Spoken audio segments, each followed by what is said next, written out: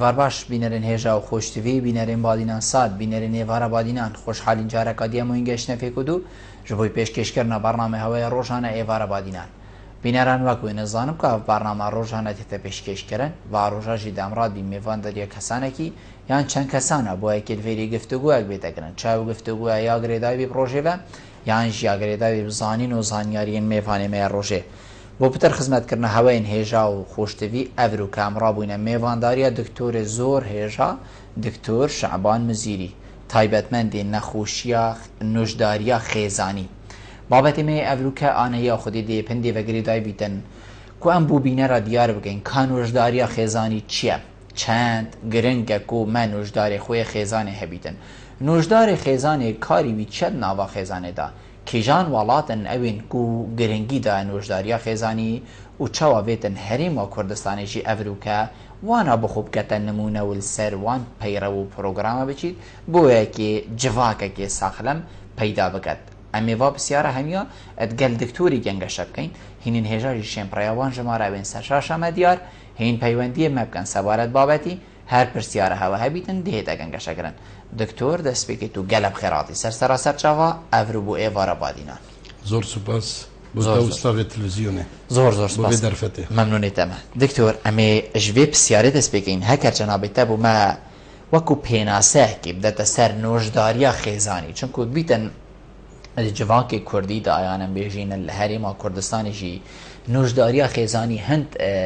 بەرچاوی نەهات بیتە وەرگرتن هەکەر جەنابێتە بوومە وەکو پێناسەیەک بدەتە سەر بۆیەکی کو بینەر پەتەر تێبگە بەێ زۆر سوپاس هەلبەت گومانتێنینە یعنی ناسنامە دکتۆری خێزانی نەگەلەکە کەڤنە لێ vەدگریتە ساڵی چیها 100 ساڵە دەرباز بووی ئەوڵ دانێتوێ بڕاستی لە دوو وڵاتە دەستپێکێ هاتنە یەکەمیل سۆڤێتە کەڤن و دوو لە ئەمریکا پشتینگیشی vەگەڕێ پشتی شەڕی جیهانی دوێ ئۆروپا ڕۆژئاوا و ڕۆژهەڵات هەردکە بخۆ vەگرت لێ دکتۆری خێزانی ئەگەر ئەم vەگەڕین مێژوویە بشێوەکی ناوژی لێ نەبیتن هەبوویە ئەنکۆ ئەم بێژین هەر دەم خێزانە هەوڵدایە ئەگەر نەخۆشەکێ وە هەبیتن ببەنە دەف دکتۆرێکی کەبەری هەنگی تێکەلی و نیازبوون الگەل بوویە جڤاکی کوردیشیدا بەێ ئەvە جوواکە کوردیشدا هەبوویە ینی مەبخۆجی یعنی ئەس وی تشتی ڕۆژیایمە وەکە کەسێکێ وەک زارۆکێک وەک گەنجێک وەختامل vێدرکێ بووینە لە کوردستان ئەم ژیاینە gelek cara belku dabêjin filan doktorê zarokka jî ke bes yet master jî çûne dev ji ber ku berî hingî çêdibîtin hêşta bi gencatî am zarokî jî çûbine defî doktorî şerazayî têda peyda bawerî dev peyda kir gelek cara jî digotin em diçinin de filan doktorî eger nebîtin rêw rehnemayê rast û dirist dê nîşame ketin kanê pêwîstiya me çi bi spor heye piştî çûmane doktorî jî de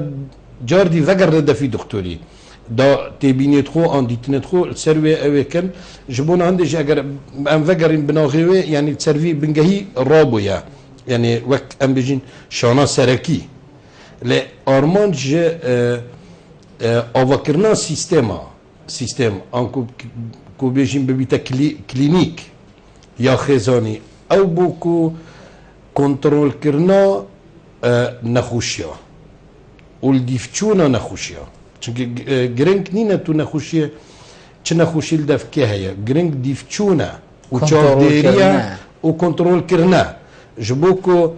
em bêjin yani niha mesela kesekî nexuşekil defer nexwas me nexuşê kevnar an ku bêjin emrad muzmîne wekî şekerî bît zextî bîtin êşê dilî bîtin mefasila bîtin yê êşa serî bîtin yê guhî bîtin yê çava bîtin evana divêtin yani dîvçûn hebîtin dîvçûn hebîtin çavdêrî hebîtin çend pêşkeftin têda çêbûye çend çê nebûye ev ji alekî veke vedgerîtin bû nexûşî em bêjin baweriyek bû nexûşî peyda dibîtin ku nexûşê bin çavdêriyekê berdewam ya duê dokumentkirina wa zanîna an ku nivîsîna wan zanîna zamanê berê da em bêjin her kesekî melefek hebû yê kaxezî permekî xwe hebû wextê tê seredana doktorî diketin dema ew tête dev doktorî çi gazin devî hene doktor piştî nexweş jûrayî ceh têlîtin ser doktorî erke كورتي في سرداني بنفيسيتن أبا هات يشبرتش چه آزار هبوينه بحثا چه کریا بکرتی ماجی چه بو کریا ماجی چه بو کریا او گمانامه نخوشیاوی چیه یعنی دوید تو چنا بیتن نخوشه کش دفته بچیتن تو تشخیص ندانی دیاگنوز یعنی دوید تو پیناسه که بو نخوشیاوی دانی پیناسه که دوید دانی چنا بیتن نخوش در که بی پیناسه بید تو چه بیشیشی یعنی پیناسه هنه ام بیشین نه یه تایبتمند به نخوشیه و مثلا از چه سردری بشه در نخست دیاگنوز هنه اتشم بنویسم مثلا دیاگنوز کی دانم که من چه سردری جه در نخستنه نگهش نه چه در انجامه چونکه هر پی وقتو نویسی او پی سرتا مالا پشتی و ام بیجین وقتا کی دا دکتر دمین سر پیش کفتناوی ولاتی سوویت بر دکتری بدستیت نویسی دستيت نفيسي بشتين دا اخنت ملف كده دا ملفيوي راكن لا ولاتت ابوريا باشتر مسجلها بون يعني ما حتى ام يعني ازل سويت جيم ام ما مسجلها انا از مسجل رات كنت اخفم بشتي اس اخفتم طبعا وضع صالة دي ما هيك انه كما دي سيستم ديجيتال هيا الكمبيوتر دا عم تاخفين سكرتير دي تشي تقول خدته وده ويبو من نفيسيت پشتی نویسی دوی جار که دیز وگرم یه بخین مذا کاوکی گوتن آمنه یا نه و هندک جارا جی چه بیتن او والاتیالی پیلیتن هندک گوتن متینه گهشت بیتن دویتن پشتین دویت اس امضا کم گاوام امضا کر او بمال سرمن هر روزا گمانک تیدا بیت هر روزا وین خوشی گمانک تیدا بیت هر روزا ام بیجین دزگهن چاودیرین تندرستیه گمانک تیدا بیتن او دی وگرم بوی تشتی او من نویسی انكو اول سرمن مالا انا جبونا هندشي دا قاوات امذاكر او تشتدي نايتا جوهرتن تو نشي بجوهري هندك جا تشبيت تو بشاشي امذاكي تو دي تشي جارك دي سر راست كي بس او دي تري برزنا بيتهر ودي همي قاوش ديمين كوتايا سر راست كري يعني ابا مثلا كان بيجين مافيا تكاكسيا يعني بويكو مافيوي بتا باراستن نهيتا برزاكر دوكومنت كرنا تشتي بو تشتك ديجي جرينجا مثلا بيجين كسك ل ام بحسيدو هو كتكين نوكا كسك لنزور كت جيتن بشتي سي 4 سالكا كارك بو يدر كي الباتيفا نقل بيتا باتيفا مال خوفت جويزتا باتيفا جرينجا او الباتيفا باش ما في بزانن مثلا كاتشا هبويا چنا خوشي هبوينا چه درمان ورگرتينا چوا بوينا يعني چه درمان لنا ان حساسي برانبر چه درمان هيا اوي هيا او ديوغا وقت چتا باتيفا دي دكتور يكمين جارد دي بيشتا يكمين رينشتن دي بيشتا ام تخازين ام ملفتا شنزار كي وگو هزينه ويري اگر تا چره گري نبن چونكي تشتي گريدا ويا او تشيت بيش نه از دي ملفك ني وكمل ويري ومن نفتن اف باش مهمني چوي كس بزاني چونكي اوت تشتكا گريداي شخصية بس خلق وناكتن چونكي خلق دزانيتن اوا بو هندية كو بو بيزانينية زور جان جبون يعني ما بستامن يعني اوا يعني ايكش اركت ميا و يعني ارمانجا اوا كو تو ميجويا سردريا تندرستيا تاكا كسي جير كنترولي بيت دكتور بو من قالك حقيقة بسيار اتنافا في برسويدا چه بون ليا بو من هري جهه سرنجي او بو اف آخف من جنابتا و صاقوتين همي او بونين كو ريزكا قالكا مازن النخوشي تيتا گرتن الوي كسي تيتا گرتن اوي قصدا دفنوش داري كت چند گرنگه ريز برانبر وي كسي هبيد ليك نيزيكي برانبر وي كسي هبيد كسان دكتور ينوش دار خو مازنتر نبین توی کسانی هنی که هاتی قصداوی کری بیشتر مانه اوه پالا هیان اوه حتی دیمای اسنوش دارم ویت از خوشوی مازنتر ببینم ویت خوشوی مازنتر ببین یان ویت وکی کو جنابه تا گوتی وکی ایک بند بیشتر هکر تا ویت دی بوتا ملفتا نقل کم هکر تا ویت دی بوتا کم یعنی همی رزامندیاوی هکر نازکی اب تعاملکا گلکا جوان اتگل بیتا کرن يعني دزوني شو الكار دكتورية دا ام دبيجين نيفا چاره سريه ديتنا اكل نفبرا نخوشي دكتوري دمو تشافت وبنف تشافت يكودت كفن اول ديتا او نيفو چاره سريه اگر لوی دیتنه نخوشی ناف چاوت دکتوری راخان کو بله اوه او کسا یا راست و درسته مقستوی کری بله اوه او کسا یکو دیشتن چاره سریه داده من اوه نیوه چاره سریه لی اگر جدیدنا ایکه نخوشی دیمنک الدف پیدا بو از یهات جهه کشاش اوه ناو جهه راسته اصحابی دی نخوشیاوی مازنتر لید چاره سریاوی حتی چاره سرجی بید دی پتر کشیتن چونکه ام دزانین عامل نفسی آنکو کار درونی بشکل هر مزنش چاره سریا تندرستی یا کو چوب شوه درمانه بی چوب شوه کدی بید هر چاره سریا که کمروف پیشکشت کتن یعنی بو نخوشی گلک گرنگه باوری به دکتوری هبی بو دکتوری جی گلک گرنگه یعنی اوه يعني ام توشت بين احتمالا نابيشم حفتيه جارك بس احتمالا الهيفه جارك دو جارة ام توشت بين يعني از دينا خوش خوبينم از بري خدامي نخوش من نقلك يعني شمني بشت راسته نه مرتاحه نقلك بشت راسته اس يكسر دي بيجمي از دي بينم باورياتب من نقلك اوا ام چند حوالك ان فيري كارتكين از بتنينينم و چد المايش بو متدانينا و چكه ما سيش بخونا بينم اتشم وقتك دي ورگرم دفاوالا كمه دي ترين و دا كيلا كامفا ارا ريسبشون نو سي علامات وقتك ني ور بگرا حفتيات تورا دفاوالا كدي ترين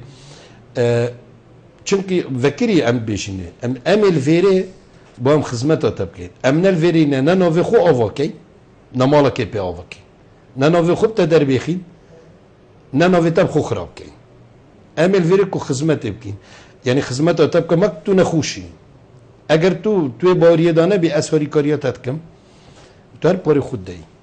آن وقت میش تو پاره خود دی ما بستم به يعني چه سيستم دولتيه فينانس كات كاوجي باريويا دوماي كفت غير ترى باريويا او بلاطيا نغرنجا دولة دتن يعني دولتها همي بس يخو فكريا نغرنجا تامين دتن هر باريويا او قد فيدر كده غرنجا بو ما ام بزن او نخوش يه راحتها الدف مروفي اگر نتشكل نورماله يعني من دفت يعني سيرفي اوي روستم تشكل نورماله يعني او ما جواكي جدا يعني تو دي بيني ايكي كرديا ما مش نكفت عقلته بله اي مادام نكف ايكي دي هي بيشتاك ناو خو عاجز كنا تو خو عاجز كي يعني نرحتي جي تشتي نبيني تو دي كفي عقلك دي نبيك دي اريدي يعني جو صبويش برامبر انا زيد بيجم الهيفي قالك جورا قالك يقدو نخوش دي بيجن والله من فتن اسبي ما دفتا يقدو نخوش ام خودي بيجيني اري درستين تو هفولا كيم بيني ما انا كامجي حساب كنت هيفي دا مثلا بيجن حفتي احتمال يعني حفتي نخوشها ببينين حفتيها كده حفتي دي حفتي بيني يعني ماكس يعني قالك زيادة يعني حفتي هندا زيادة ترنا بينين چونکه هندا روجتين بلكي 15 بين بس هندك روجتين جدا زيادة ترنا بينين نها 8 ساعات ادام شروط كين ما بسامل فيدر كي يعني اگر هم بيجنش حفتي كسا دو كس عقلي واش من بري ودو كس است بينم عقلي واش من بري بس شانك بيجيتن يعني مثلا بيجين 65 كسك 68 كسك ترحتن ديسا بود لمينيتن ناقهيتا يكون نيفش صادي وكارك سركفتي هر كارك سركفتي او حفتش صادي زيادة ترتو سركفتي بتو سركفتي كسك نيف يعني صادي هي سركفتي بيتن يعني ما بستعمل أذا جرينجا دو الشيء ما سكرتير نيبشي بمجازين خوشي بكتن وأم تشد جرسو جيلينو دين وأم نجازي كينجي كافي ديف دبلا بيتن يعني أم درت كابينة جدرفا ونوفي نسخ إيكيا نسخ بلا بري حفتيا كي جواد بيتدافمن بس أجر نسخ أو بيت مثلا زدار كم بلكي بري صالة كم دي بري بين شيء مديد بيتن يعني من جبير كيلو مجارك يكوديه ديتي او بستيا وصل دفمانينا طبعا هر نخوش بيت دي ما دستي دي سلوفي ليكم وام دلمانا مينيتن يعني بو عندك تشتاف مثلا بيجين ما خلكه هي باورمندا بسرمانه خانمك السرما اركع ام دست خودريش كيم بوصلافي بس مثلا او دست خونا كشيتن ديف باوريا ويولي بس ام بينا هرشي يعني ام نضانين تشوانا كم دست خوبتك كشتنا كشي يعني اما بتقدم هيك جار مادام تنهات ياسي لا بما مثلا ام اركت زونين چونكي اركل سرمن اصلافي بكم بيشوازي بكم مثلا افغان من مثلا من نمونينا احتمال مثلا دفما ايك بيج باماي دي خلاص جنكا محجب بيد الصلافي لنا كم لا ام صلافي كناميا ابا اركك ام تشينا دستي شو ما دستي دي بيجم اس فلان كسم كوري فلان كسمه نوفي من فلانه او خبرين جيت زونيتن وكاغاز ابو تشامال او زونيتن دي هدف من انجي اگر ام بيجش تانغاوي اما تو سبيد دا تلفون كربيتن انجي ما هو بيتويري يكسر هو بيتويدر كي وقد بيتن اس مثلا جهه كمت ايش ان غازدا كما او تبيجن شدف دكتور فلاني الاستعلامات بس دي ساجي اركل سرما ام نوفخو بيجين يعني جوانيك شيرينيك رزك دو باوريك توش اخفنه باوريه پیدا کی تو شیوه پیشوازی کرنه باوريه برنده مگوتی او دیتنا ایکه يعني او وقت مرو دست خود دتفه ومرحبا يتكتن وخود دتنياسي يعني كارتي كرنا كا جرينج هي النافبرا بيونديه يا نافبرا نخوشي و دكتوري دا دكتور ام ديفا بيونديه ورگرين وگرنه و تمامی برنامه بله کاکچتو ایوار باش ایوار باشا سرچاوید من فرمو دست هوات خوش بشکه زور سپاس بس خوش راحت کردم بابا موجود خوش شاخت بدن آفتی و بس خوش عبرو ممنونیتم بابا رو بین بود دکتور جیهنه سرچاوید من سپاس بوده پیش دکتوری به بله بس همه بس خوشی از هوات کردم برنامه هم ممنونیتم از زور سپاس بو پیوندیاته کاک محمد ایوار باش کاک محمد هکر فرموی باشی باریت سرچاوید من فرمو باکراتی دکتور دکید زور سپاس سرچاوید من والله همین دکتور وچی یکنیه دکتور هي باشه دکتور هي باش نیه دکتور هي تجارت به انسان و دکا تجارت به انسان و عملیات محتاج عملیات نیه بو پارا عملیات دکا يعني من خدمك مان محتاج عمليات نبو بحفتا ورقة عمليات يعني جواي دكتور فينا الدكتوري كقولتي هيز محتاج بعمليات نبو بدرمان سادبو همي دكتور وشيني الريزم بو دكتور ممنونين ممنوني تما زور سپاس بوده کاک محمد کاک عبدالله فر باش الو ممنونی تما کرم که کاک عبدالله ایوار باش زور سپاس باشتر فرمو برا بله خدمتنا دکتور جیت کم ممنونی تما بله صبرات تواري من تشارك هيا بله ام وقت جواكي مع المجدارة ما تسبيت في عم بقى حتى عم مش وقت سويد اللي بين افراح ترى المجدارة قال جواكي خود كاتم قال وان كسر قناة نخوش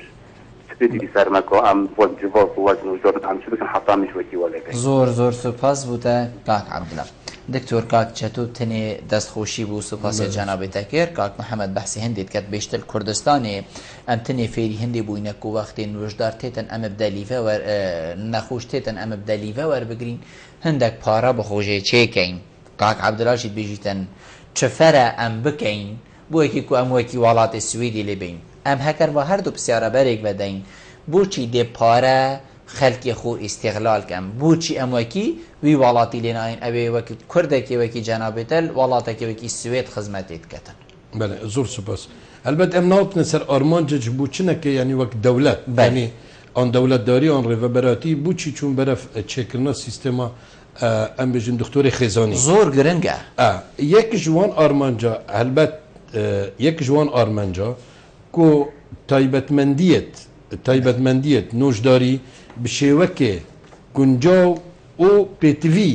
بێنە کارئینان ئەم بێژین هەندی یعنی نۆژدارێ خێزانیە وەکی چاوت بێژن لەشکرێ بەرەیە هەرێ پێشیە شەڕیە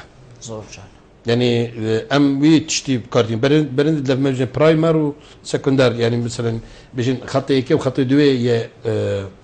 شري نوجدار خيزاني خط ايكي بله اف خط بوچ يعني جرينجا بوجواكي بوچ جرينجا هلبت چه ام بيجي انت سيستم تامين هبيتن وقت مگوتی کی پارا دات نگرنگا لاف پارا پاره وی گلیا جبونا هندش دویت سرداری الگل وی پاره به رنگ که راست و درست بتکرن اف فیلتره که هات یادانان کو نوجدار خزانیه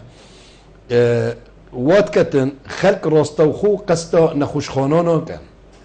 دیتا بنگه تندرستی بارسفیکیه که سر نخوشخانه يعني بجمان الويدر كي الخطأ كي اديتو دراوستي افا ويفتر بشيت انا واجر ويفتر بشيت كيف بشيت افا 2% بر جرينجن چونكي تو نابيتن هم هركسي هات قد سنجمي شا فريكا دكتوري دليو تو او تخطيط ابو بكش كتنو ايكو بكتنو انجيوغرافي بكتنو و بالونغا او دي ابو دانيتنو بيكو افهمي يعني ناقش حفتيه كي افتشتهميت اتكرن بيكو تشبنما دو او كسي افريقيا ان نخوش خانيجي افتشتبو بيتكرن من دويت وقريتا جهك ديتري او وقت فات قريتا مالي خو هيفال نخوش خاني نابي نخير شافك دو شافن سي شافن بيت اكسر پرشتياوي دي بوماش نخوش خاني كاغاز ان دي بجما بوفي افكريا ام هيفي دارين مثلا دي بيجن دكتور بسبور خاصه دي بيجن ام هيفي دارين de ve heyvat eda an pişti haftiyeke an pişti se roşe ditre vi kari bo vina xoşi bikin zani ana eğer hat hundak tişt bera vajinde ben ma mesela evdi heye tekeli heye ma peyvendi heye buana va em dişin pisyar jwana bikin em dişin buana bin visin em dişin telefona wan bikin ama yani mesela du ام بيجين الهندك بسبورية تايبت من دا تهندك دزجهت هين قالكت جرانن وتشنابي تنجي اوان دزجهت جران همش جبو تشنا تبكار بيني يعني نا روستو درستا هر مروفك هات قوتي مليمت ايشيتن تفريكا رانينه هر مروفك هات مثلا قوتي شوكيمت ايشيتن تفريكا شيعي ان هر جراحات تفريكا شيعي آنجا افریقا تا دفع من از افریقا ماشیه تو بیشتر باوریان اشعایی نه حرکتی بگره او خواهونی نه یعنی باوریت بوچ اشعایی نه اشعه اگر باوریت اشعایی نه تو وقت دکتر سرت ارکا تو خباتب که اوجه اشعایی بتگرتن چون مادام تو جی باوریان پنایت معنی نه درسته یعنی ودر که دا ما بستم کار اینانا ریسورش آنکو او تشتل بردست هین برنگه که تندرست دو مثلا كعمل بنجان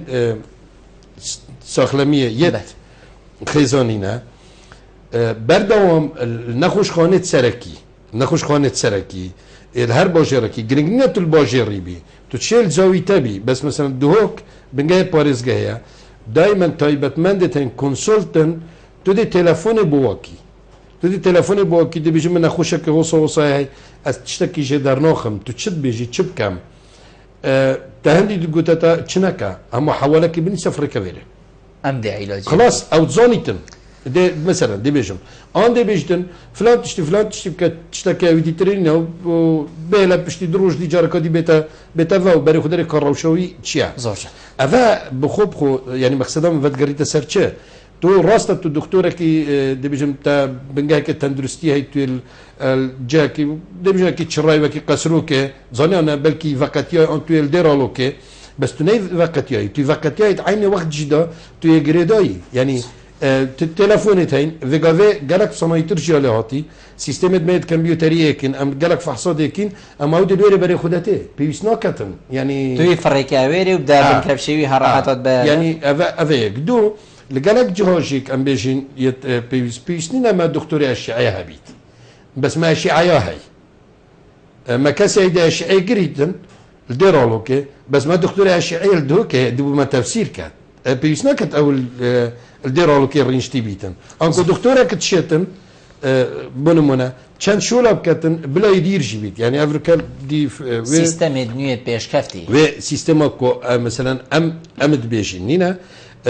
نقطه دي تري نقطه كنترول كنا درمونايا يعني هذا برجرينجا كما كنترول كابيتن سر درمونا ام بزوني چه درمان تن نويسي زۆرجان دکتۆر ئەس خۆ گەلێک خۆشیەش ئاخفنێتە بینم حقیقت تەرتیبێکی ژێت بینم ئەس دێڤ پەیوەندی وارگرم برادر سەرهێلینە منەوی ئەس جەنابێتە ئاخفنێتە قوتکەم ئەم دێ کاک بەحری وەرگین ببورێت و مێژە سەرهێلی باش برای سەرچاوێت من کەرم کە کاک بەحری بله برای خیراتنا میفانیدت کم زور زور دستخوشی کاری هست کم زۆر سوپاس کەرم کە کاک بەحری بله بسیارم لی که اول که التفره شیرازه بله ترینیدن او جی ظلام ها افرادی ذا گریدای و ظلام ذا گریدای بله اگر او افرادی های مثلا نشدن نو هیچ تیپ دکتور ظلام بجید ایلاجن بید يعني عنينا موجودين إلى حوالي دوكي بتجرن شكون ناشدن مثلا داف دكتور الظلام بله راح نعملوا دوي رسالة دكتوري أو راح نقول بشي كارز احترام بويا راس ساعات كان سرمان بصرمانا بسنا تحت بصرماني بلفونا أفراد أنكونا همي أفراد أنكو هر كسيك شكلك بله زۆر سوپاس بوتە بۆ کاک بەحری دکتۆر سوێدێژیتن کاری ئەوینە کوان بژین تەرتیبەکێ بێخینە کەرکەس ئەخلەمیە بێری یاجی ئەوە وڵاتیا و لێژیت زۆر عادیە هەر کەسێکی بچیتە دەستێوی حتا دەفمەژی تشتێکی زۆر نۆرماڵە هات نەهات ئەو تشتەکە ئەپوی کەسی بەگرێدا بیت حتا دەجارە زاڵام ژینێتە دەستی زاڵامی کاک بارزان ێوار باش سەرچاوێت من فەرموو برا كاد بالدرس خوش بو جنابه دس خوش بو توران جوانا كاد بخيرات ميوان الدكم زور حزكم توزي كاتم بدي لسر ام بابتا توزي قصدكم من بسرم هات ولم كردستاني ما فيش ما كان روجي كايا من لستان خشتا لدكتوري كردستان الرادي مرزو حرمتم لستا بيستاكي سريان مرزو حرمتم شكارتش تقدم روح واكو يك وانيا بلا من هوريك مزور خوش نيست سليماني بن كاي بعدين وانا بابتشن بو ايران باي تماشاي قلت لك من دكتور غير كردستاني وخوم بوتشي بتم بو ولاتي شكرا تماشاك من شنو لاي دكتور اجا تميز بشير ناس يخوي دانش بيدن لقضاء شيخان لشيخان دانش ولا محل لخارجيه سوار جالاي مراجعة أمكن هرب بطاقة 15000 20,000 دينار اليوم ولا زين شوشنية من بس شوشكاوي كاختصاصي جول دفنو بله جاري كان صدفة شيخ خستخانة هاتم لشيخانة ودم بقى أمزاريوش السرداني شبكم سن سرداني يمكن هذا دي أول تماشا بكا لمحل تماشا يكود وزور باينوا لا مستشفى هذا يسمى رقيش بوم شيء من ده حبيش شيء حساسي من ده هر بهمان حالة شو بولاي دكتوري شي ترغوتي أم حبيش حساسي لشي وقول شي يعني ليرة لكردستان يمرز وحرمتهم بو سطان بيشتكي سطان هشتاي بارا زور جرينتر لمروفا كانا كمان بالكم لدستايا اگر تيز بيشري من ناي اينم ديم بو لاي جنابه ديما برامبر ام دكتوراه بيخم الروح يعني سطان صدق اختكي من راسها ليرة اميك دي من الدكتور كمان مستشفى ازادي لدوكا دوام دكات اورتي زور خوش اسمها زور صافي ام نخوش تشتبكي ودكات بعد الامانه كردستان شيء زور كورس معناها سيستم شيء زور فقط معناها بتشوف ودي طالبه كان كدين خويا فير كان دارتين بوصر نخوش وبنيش نادم شيء كان قلت نخوش صاغه نخوش عشان سري عمليات كان يعني عندك تشتبه مثل يعني بكاري يعني نقول جسدنا جسد صاغ بو قطاري بكار بدي جسد لا شيء مرضي بكار بدي كردستاني ايه ما جسدي صاغه قلت قطاري كان طالبه كان كدين قلت هندك عمليات اشتليها كان عمره صاغه يعني سنه قلت لا يشفي في الدنيا يوانيه يعني يا دار الدكتور زربر راشكانا ولا من امر كاراي ما بداته يعني من بياننا خوش سرم ديشت من حتما ببرا سرم ديش حتما من ميرا علاج والمغرب كل ساعه بودر يكون تاسكا متمنى لفتان هشتي دكتورانا نما زور جان ممنونیتم کاک بارزان دکتور ام دی برسوا و حواله دین پشتی ویناف بره دی وگرنه و تمامی برنامه گل ما بینرام پشتی ناف بره امد گل بینه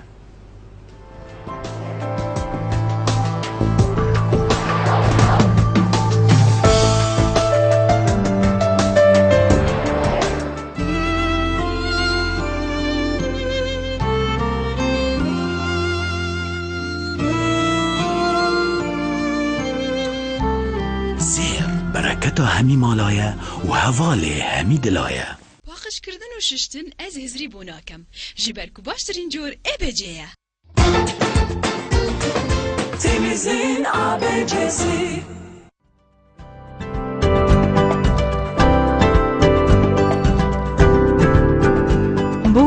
تلفونکردنê lê Kenalê Badînan Sat peywendiyê bi van jûmaran bikin.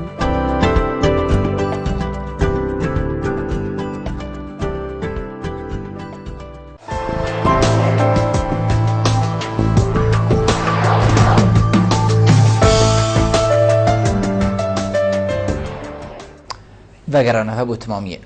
دکتور ام از دی بسیارین برادر همیا ایک خال فگریدم او جی گل کردستانی ویتن چه بیتا کرن که ام جی وکی فاوالا طالبین ویتن تأمین هبید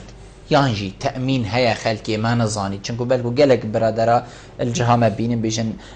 حتی ولی بیت کو تأمین مروفی یا خیزان هبید کو سری هیوی هنده البرموچه مروفی بیتا برین بوکی کو حکومت و صد چاف دیریا مروفی بکتن و تأمین هبید حتی اف نمونین جنابتا گوتین هبن ویتن مروف بخو حول دادن کسکی بینیتن بشتی اون وجدار من خیزانه حتی مروف بشتن وصا جیانک ساخلم هبیتن بو چی افتشتن بجین نینن و دی چاو افتشته هیند گوراپانا هریما کردستان جیدا بله زور سپاس یعنی زانی چوانه که ما لکردستانه ما تأمین های و منینه چاو ما هي ومنينه ما اگرم بحث تأمين يمكن تأمين چه يعني چون قرب تأمين تينا كرن افكارين بجناب تعامل شفيك يعني ابرو كان نخوش خارج ما يجي كردستان كرت گشتي همي پار دولت كارت مانا بله پار دولت يا نخوش خانين گشتي اكيد كرت گشتي پار دولت يا دولت دويدر كده دويت يكلانه بيت يكلانه بيتن دولت دويدر كده تنشط دو سيستم كدريانه بيتن وكان مثلا اكاديميتشن سيستم تندرسي الكردستان سيستم كدريانه يعني انت كارت گشتي دويت هبيتن انت دويت آزاد كا بيسناكتن تو بار خلقي يعني بقى بيجين تو كسكيت كدكتور شي 6 سالات خينيتن تو معاش ما مستوي هم يدي مانا بله او بارا في خلقي هميه بارتا بارا هر تا كسكيا كاندام فيجواكيا بشتي او خاندنا خود تمام كتن او دچیتن دیتن چیتن دبیجین البنگاک نخوشخانه که دیساف تایبتمندی ورگرید مانا جر چاف دیریا دکتوره که دیتره تایبتمند دما تو نخوشخانه ایکی فرد کی مانا تو نخوشه جی کم ترد بینی یعنی نو که مثلا از بیجم از الجاکی تسوید بم از کار کم اگر از بیت و چاف دیریا کسی کم کم مثلا دینا دفمه مثلا دیجر طلبه دین یت مثلا صاله چارینه چت بیجن بيتا صالة شاري ترمي هشتينا ديت اندي بيش نفدو حفتيات فيتن بنجاك خزاني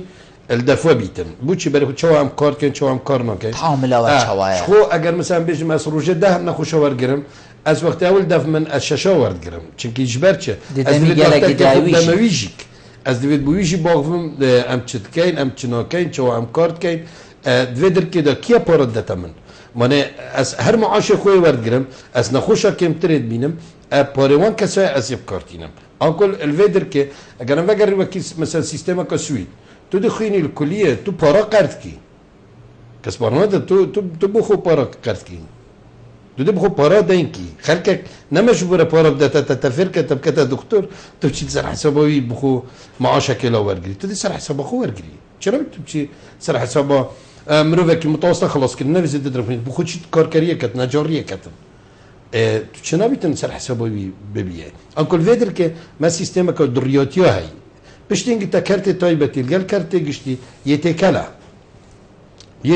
يعني تو الكارت جشتي شو الكاي تو تشيل كارت طيبة شو بله بله يفاري شتى عيادي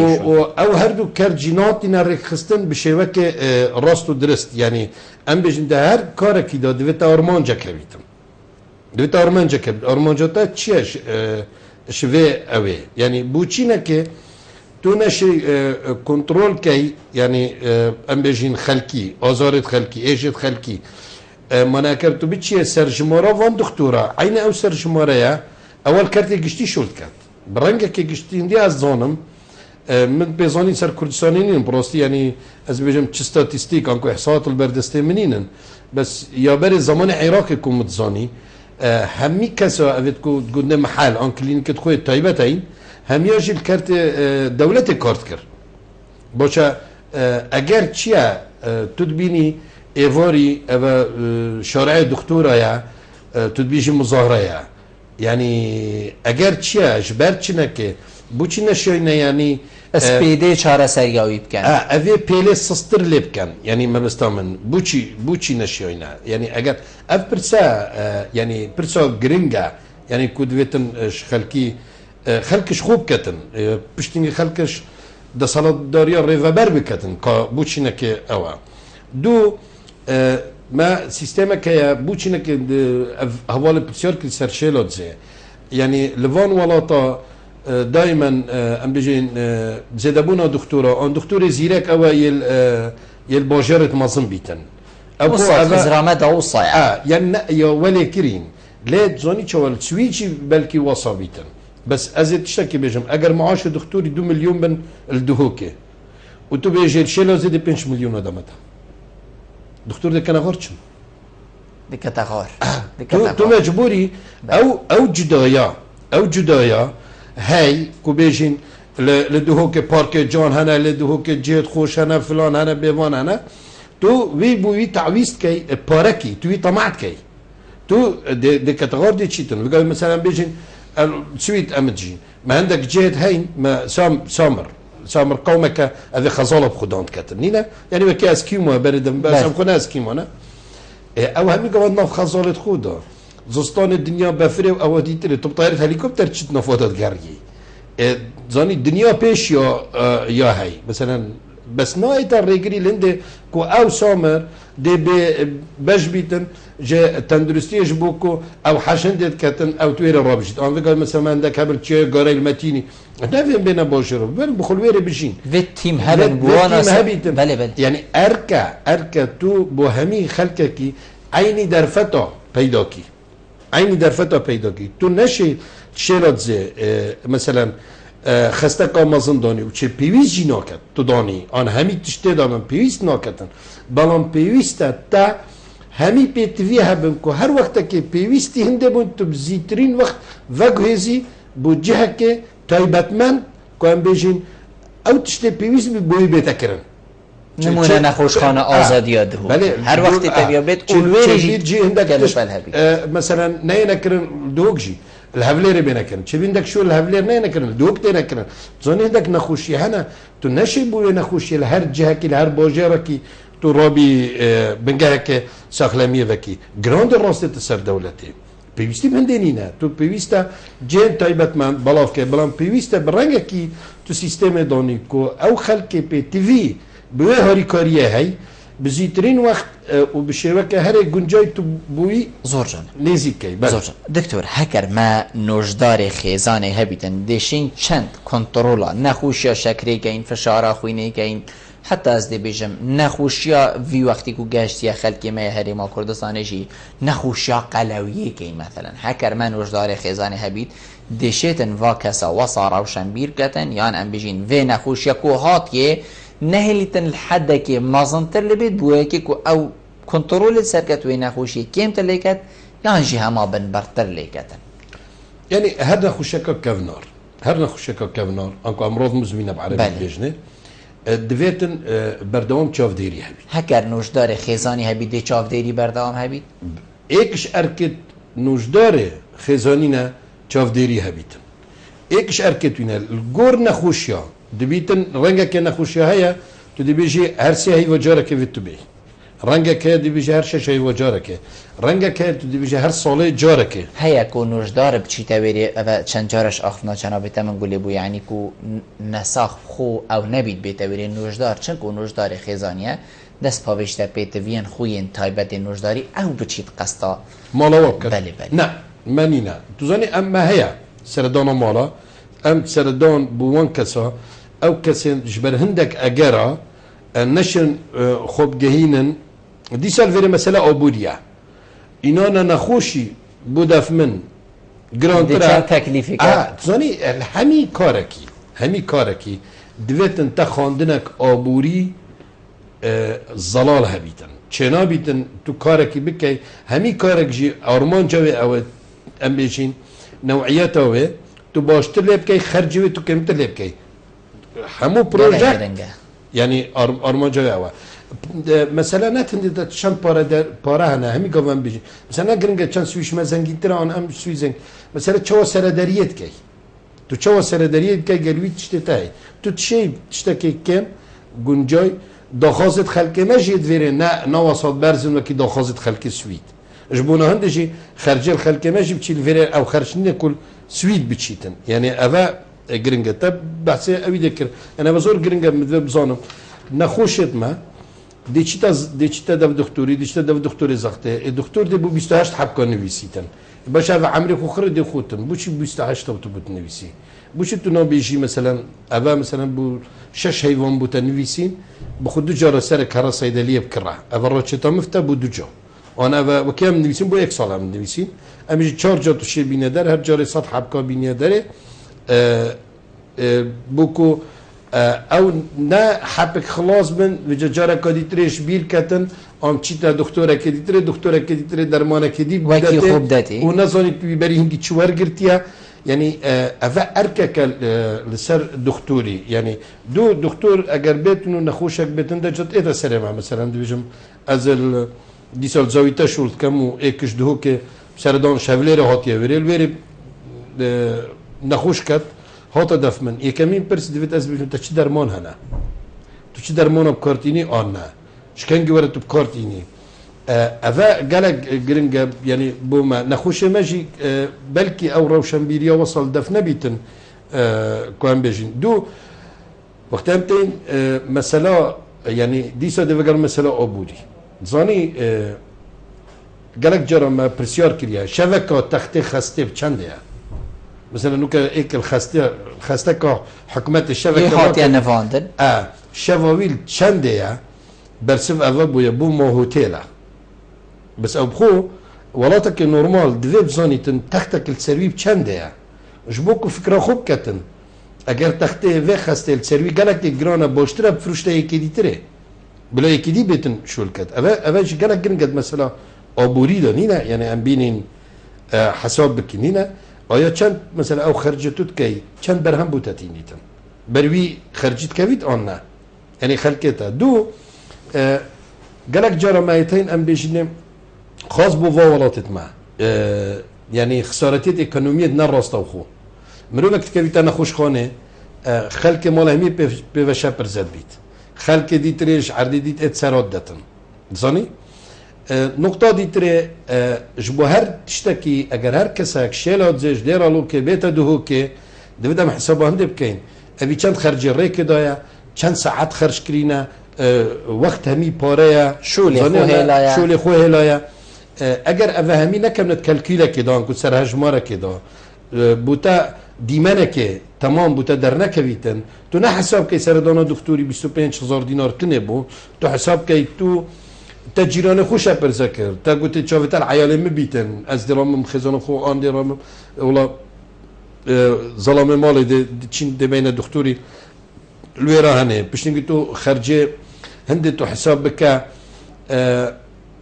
تو حكي نفريه دي نفري خو تشي تاي نينا اوجيك مثلا تاهيا يعني برانجا كي قشتي اوفكنا سيستما دكتور خزاني جبوهن دي ايك بارسوفيكيا كي بيختصر طيبت مندية هريد بلند جبوكو تشتت نا بيويس ناكتن باش نويري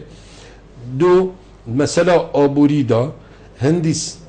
سردانا بو دكتوري كيم كتن هندي روشنبيريا سخلميا قشتي لدف خلقي برستر ليب كتن كو او شامي تشتكي نطرسن جبوهر تشتكي برنكتي سردانا خسنا كان سي او نخوشت كافنار كو ام بجنه زغ بيشكر بيتن چه بيتن البن كنترول دابن جبوكو اگر بيت مثلا يك جلطه كي ورغي جلطه فرقه هي جلطه اگر مثلا ام بيت بيجن وقت خدا درمان باش تو رقم احتمال سفكتر بيت سر راستن احتمال دم علاجوي كمتر لبيتن تدغي چوانك احتمال مرنت اذا قال كمتر بيتن اوا جامد بنا اگر هندي جي انساني يعني عمر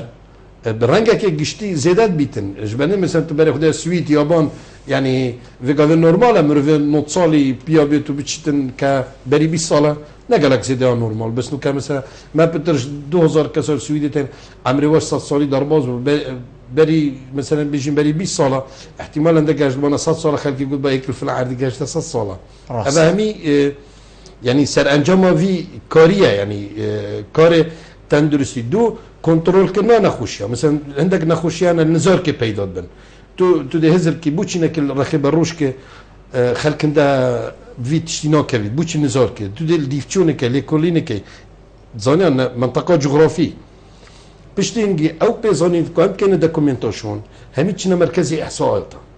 الويدر كي خلك هي كاروان اوا سر هندي شور كان ايا صالح چند نخوش شكريتني بيدات بن كيش منطقة بيدات بتر چه هي سبب كولتوريا سبب بيئة ام بيشين تدغي عنا تو دي چاوا كارتر كنيگا تو مجبوري ويگا في سانگا خوبه خيويري زوجان دكتور اسي في بسيارشتكم دائما برف ديمهاي كي بچو هكر من وجداريا خيزاني هبايا و درستاي كاري خو كرباوا كي کو جنابتت بشيتن داما چند جواكا كي ساخلم جواكا كي روشنبير كريجيت ساخلم يداما هبيتن يعني بيگومان هبونا يعني وجدار خيزاني قالك جرينجا جبوك وقت مقولتي مسألة أبوريدا اگر هر کس که شما تماشای خوب بکتن کسی که ضغط های شکر های يعني مريز هي بس خلقك دشيت كوليسترول حيوانه قياس كتن يعني بمدوني سياريه يعني براستي يعني كوليسترول تو حيوانه بشي دكتوره بيشتا وبشتي تو تشي دافي كدي بشتي هيفا كدي او بيشتا هرا يعني كوليسترول لا دوني سياريه كوب هيفا او دي بيتن يعني قال تو دي كنترول كي درمانه دي جري كدي بيجي بشتي سيفا تدي علاج يا باشا بشتي شاشه بشتي صال جارك خلاص بيسنا كتن يعني كدغر يك ام تختي فايده بين دوت مساله ابوريدا يعني من اودك نينا كواس بيجم تصدر صدي هولك قلت من الكردستان هر ايك برانبر حفت كسو يعني هر تاك كسك حفت جارة نساق بالصالة يعني اما اگر 5 مليون بين امس 7 مليون نساخين صالة يعني سردان ما بو دكتورة چون عندك 10 جا 20 جا چند زاني انا صالة بس اگر تبي دولات دي تري اغلب مثلا دولة بيجين اوروبا يابان باشور روجالات آسیا ناگهنا دوا سر راه هند راکو ایکش اگر زیده بونا سر دان نخوشه او دان عمر ما زیده بوین يعني اوجي قالك بيست يعني مروفيه او بكتن نينا كوما دان عمر زيده بوين برند سر دان الدكتوره دي زيدتر لين بس اما تبيني ولاتك مثلا وكي ولات مدى تبيني سر جماره يعني بفيرانجي كوتا مثلا 5 مليون سيو 5 مليون سردان الدكتوري تاعنا يعني بنجارة هندي رجع خولي بيتن يعني مروف دفيتن مثلا لي كولين السيرفيت شركه بس دي صف دفكر بو سيستم جيك مثلا او فكرنا سيستم كيا سيستم دونيتن ده صالات داريا او تصير ده صالات ده او دشتن سيستم بقول ان اوكت دكتور دائما بعرف دي ما هيك بچو هكر جنابته پي وكا دي ما هيك بتو شي كرم كي بله زور سپاس از هیویدارم یعنی دو گودنت خدا من نویا کسب آسرینم مدود وگرم سروی حوالی اوی کو گوتی مثلا شنکه و صلاح مو گوتی کو مهند ریز هیا ام به نهرشین ما ریز بو آزادیا تا کسی هیا مقصدامش وی بو کو از به نهرشم از دست خوب یکی کشم او دست خونه کشید زور سگه نورمال زور سپاس ابواجیک بو درفته بله دکتر زور سپاس بجناب تکوت میفهم بو گل مارینشتن گل تجه سرفرازیه زور سپاس بله بینن هجا پشت وی میچند هم گشت ندیم و هیکا خلق ابروکای یا برنامه هوای روشنه ایوارا بادینان هیوید که ممشیابین پیچک خدمت هوایم بارز بگین حتی موهینو خلق کدیش وی برنامه جهر چاف دیریا خدای مازن دابن خاطره